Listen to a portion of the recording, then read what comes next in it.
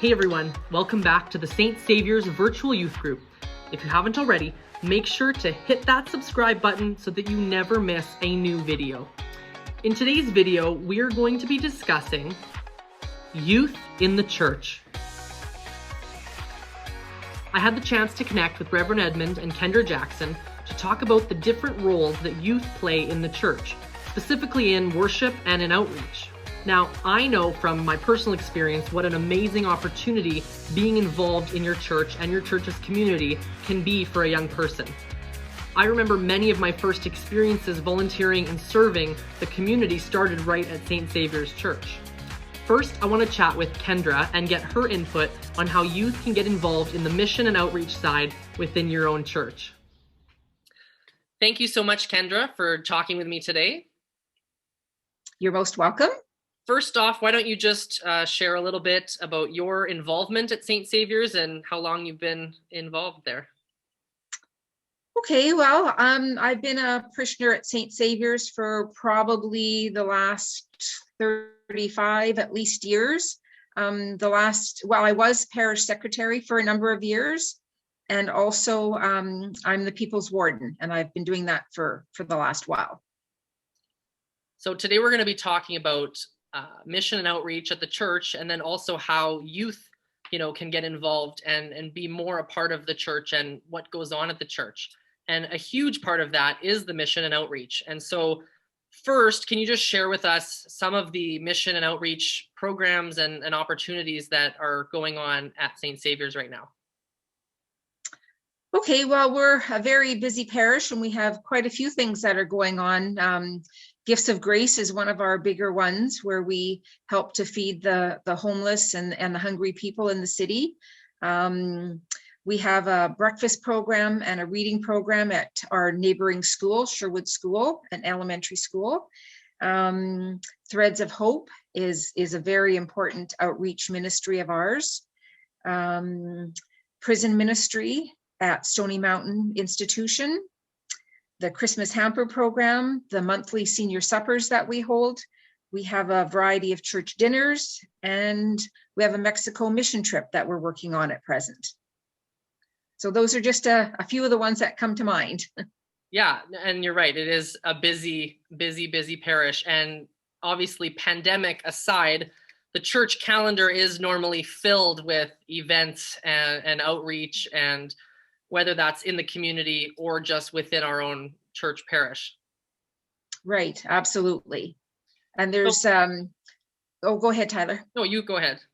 Okay, so there are quite a few things that we've had the youth of our parish be helping us with. Gifts of Grace is what with. We've had different Girl Guide groups and school groups and whatnot helping us make sandwiches at the church that we turn around and use to feed the people with. Our weekly outings have stopped because of the pandemic, but when we were serving on the street, we did have some of the youth helping us with that as well. But it's really heartwarming because there's a lot of schools that will make Valentine's or little Easter treats or at Christmas time, depending whatever the occasion is, and they'll make little notes for the people that we can hand out to them, and that goes over very, very well. So that's a big one. Our fundraising dinners that we have, again, the Girl Guides and other youth of the church and outside the church come and help us serve, and they're an integral part of making all these events happen. And I think one of the things you said about having the Girl Guides and the school groups, and I know a lot of the youth that have helped at different events and outreach within the church are a lot of the same youth, year after year. And I think that that's something to be said about the church and about our programs, and that we're very relational, with the people that we bring in to help and to serve. And we want to build that relationship, especially with, those different groups of youth, to kind of keep them around. Oh, absolutely. And even things like the garage sale, which of course we're not having again, but it's just a fun time, and the kids come and they help, and it's just really, it's great to have them because, we won't be here forever, and those are the up and coming people that are going to be doing this sort of thing. Yeah, and it's just a different way to get youth involved in the church that's not directly within the service, within the Sunday morning at 10:30. The church is open many other days of the week, and we do lots of other things at different times that they can be a part of. Oh, absolutely. And even things like we've had, an outdoor parish service, and just people that might happen to be walking by and, they have kids and they come and sit with us. And sometimes we have games afterwards and we don't necessarily even know who these children are, but they've joined in, and it's just really nice to have them with us. Mm-hmm. And so what do you think is some of the value that the kids can get out of being a part of something like even Gifts of Grace mission as an example?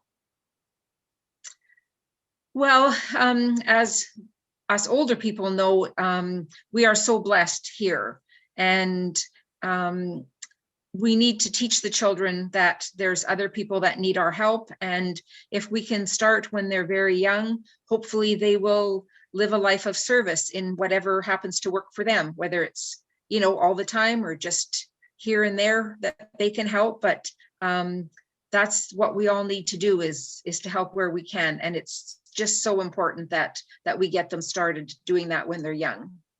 It's so true. And I think that can be said about any of the outreach or mission programs that we have at our church.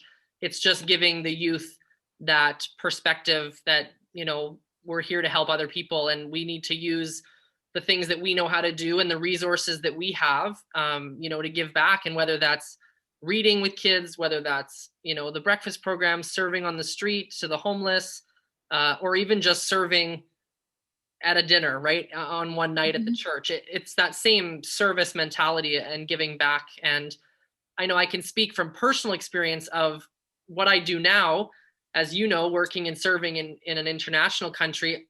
I totally can accredit that to many, many years of volunteering with church and, within my family and church family specifically, and getting started really young. I'm sure you remember, at a lot of these events that are still happening today, which is pretty crazy.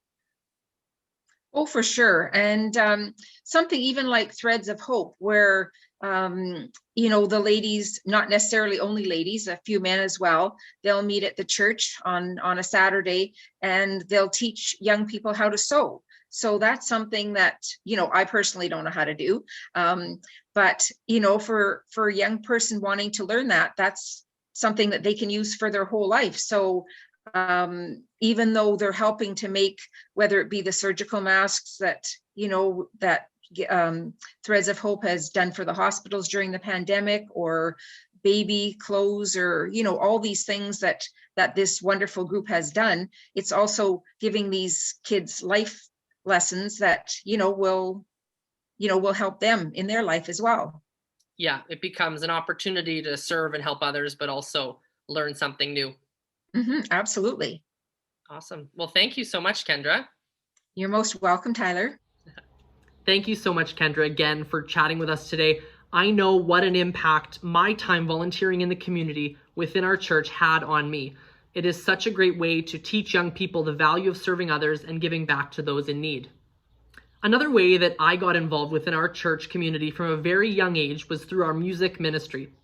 There was always an opportunity for the young people of our parish to share their voice in different ways.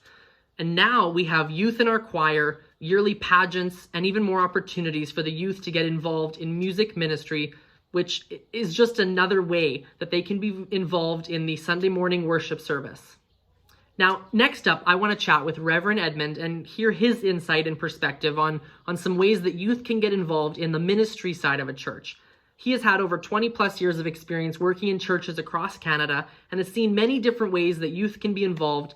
And he has some ideas on how new and innovative ways that we can continue to get them involved even more today.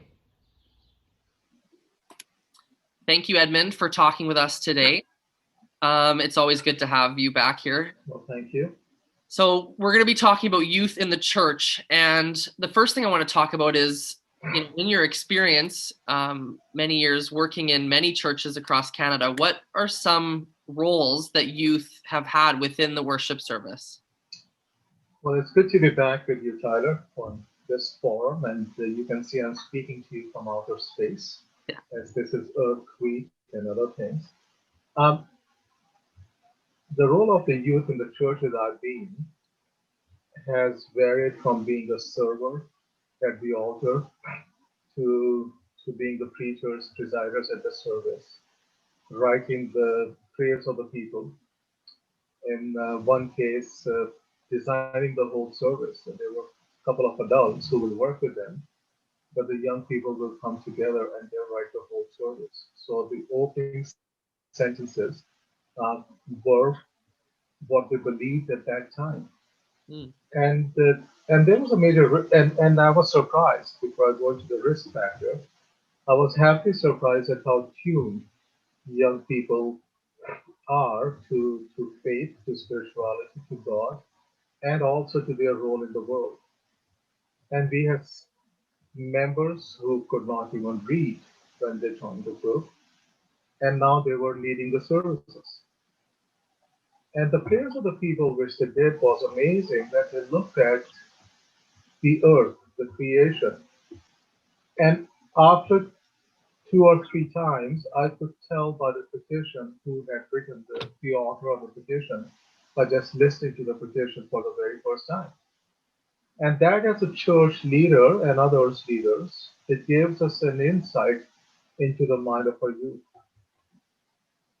The risk factor of that is that when you ask someone to do something, you have to trust that it will be done, and then you have to say that, okay, it's not my creation, it's their creation. And I have no other choice than to honor it and respect it. And if there's some backlash, to take it, because not everyone will be as flexible as I am or your parents would be. And if someone thinks that it is either non-Christian or too socialist or doesn't fit within their faith framework, then that's the risk you take. So let me go back to and itemize it. So I've seen youth as servers. I've seen them as ornaments that people want to have them in the church because it is good to have youth and they should be seen, not heard, and worship the way their grandparents do. Right. I've seen them or I have utilized them as major leaders. And in some of the cases, I started to dialogue sermons with the young people because just to bring that idea out. So either the forum would be like you and I, or would be reverse, that I'll be asking questions and a young person is responding. Of course, we prepare for it and all that. It's not ad living everything. Yeah. Then in the choir, as you mentioned, at Saint Saviour's, and also to in leadership roles in whatever way I was able to have. In some cases, we invited them on vestries, but meetings are not something young people love to have. That's my age group and older than me who love to have meetings of 5 hours long. Right. So yeah, so it has been really different roles which youth has played in the churches where I've served. Yeah. And so when you think about the perspective of the youth and the perspective of the church itself, what is the value of having them a part of the worship team? What does the youth, benefit from, and also the church? I think there's a myth and misconception about young people, and the prevailing uh, perception is that young people, with due respect to you and to your age group and beyond, is that they are irresponsible. They are spoiled brats. They do not know what life is all about because their parents and grandparents did not grow up with social media, with all the technology, all the comforts of the house.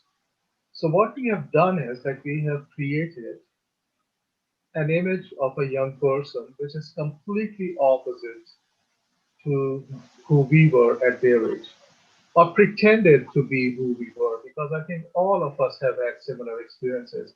Otherwise, we are blatantly lying. All have gotten into trouble. We all have learned from others. Right. And and then, of course, along with that, we want them to be what we were not at our age. we also expect the youth to have the same moral compass as we have the same life values, and also to come and learn from us, and from learning from us, change their narrative, their principles. Now, engaging youth at such intimate level, because prayers are very intimate. That's our conversation with God. Right. So engaging the young people in that intimate level in the church and taking, for the flag of very term on a humorous note, taking the congregation hostage that then now you have to listen Yep. because otherwise you would have to walk out.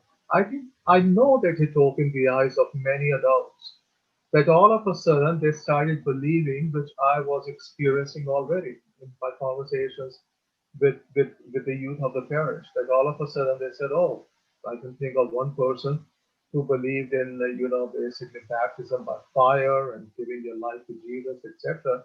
And all of a sudden, she realized that that young person has already given his life to Jesus, but it is not on her terms. It is on his terms, the way he interprets his faith. So I think it was a major learning experience. It was shock for the adults, Hmm. and it was a moment of pride, I think.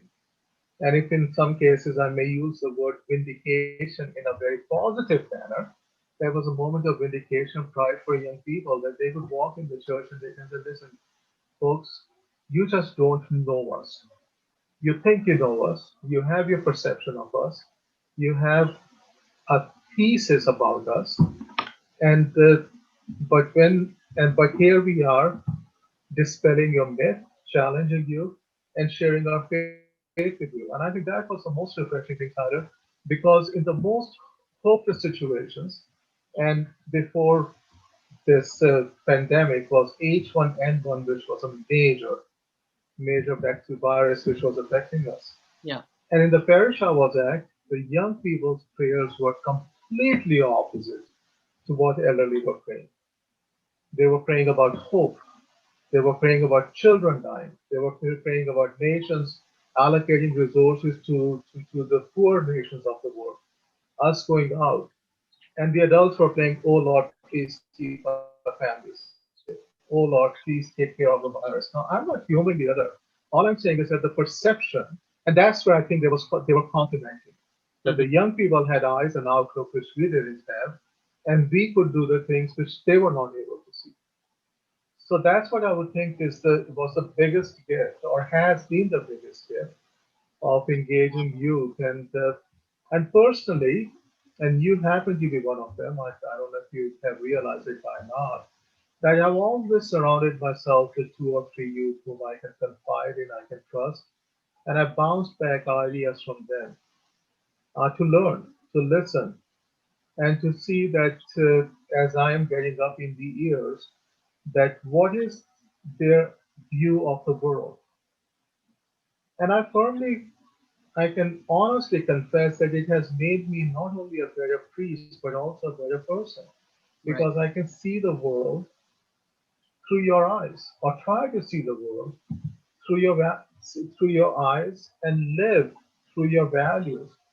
And also in the lucid moment, or in a meditative moment, I can juxtapose my values with yours and say, okay, Right.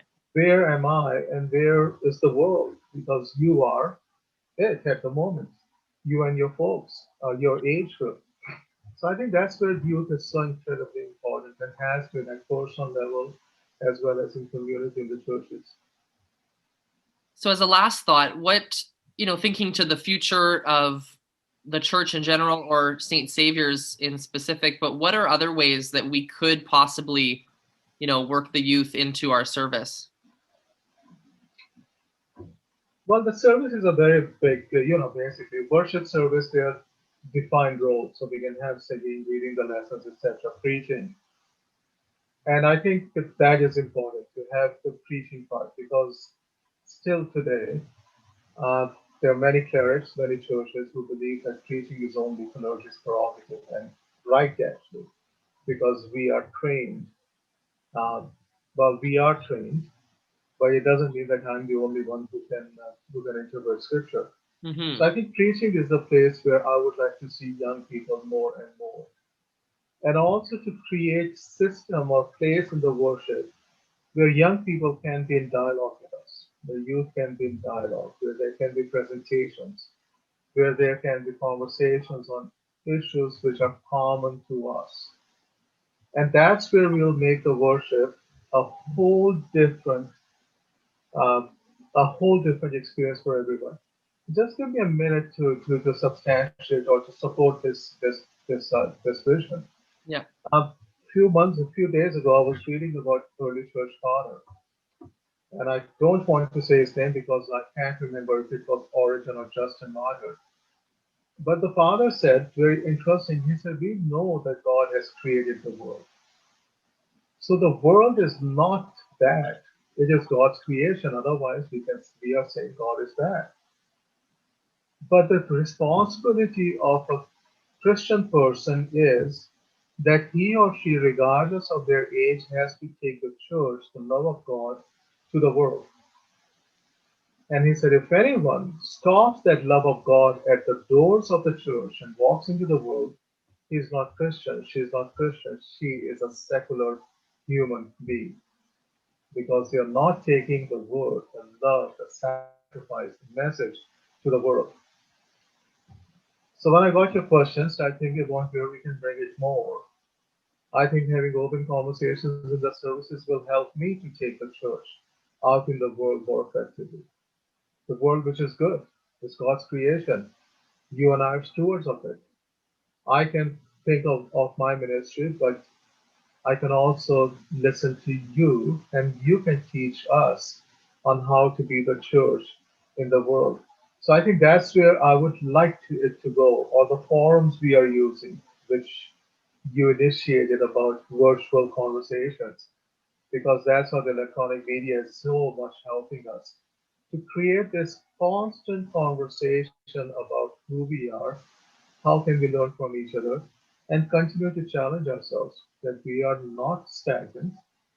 We are a pilgrim church. We are evolving all the time, and our message and our work evolves.